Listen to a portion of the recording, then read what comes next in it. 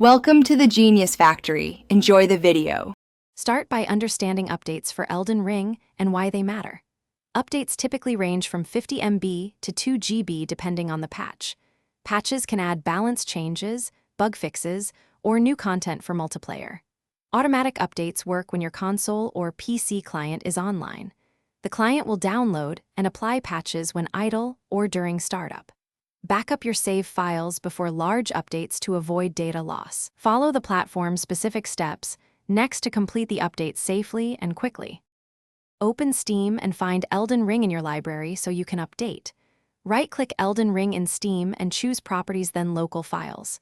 Select Verify Integrity of Game Files to fix corrupted or missing files.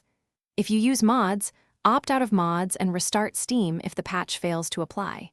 For beta branches, use the Betas tab in Properties and select a branch to opt into. Allow Steam to download the patch fully before launching the game to ensure proper installation.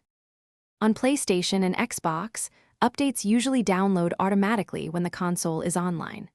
On PlayStation, enable auto-download under System Storage Management settings so patches install automatically. Use cloud saves via PS Plus or Xbox Live to protect save files before patching. If an update fails, clear the console cache or restart the system and try again. You can also reinstall Elden Ring as a last resort to force a clean patch.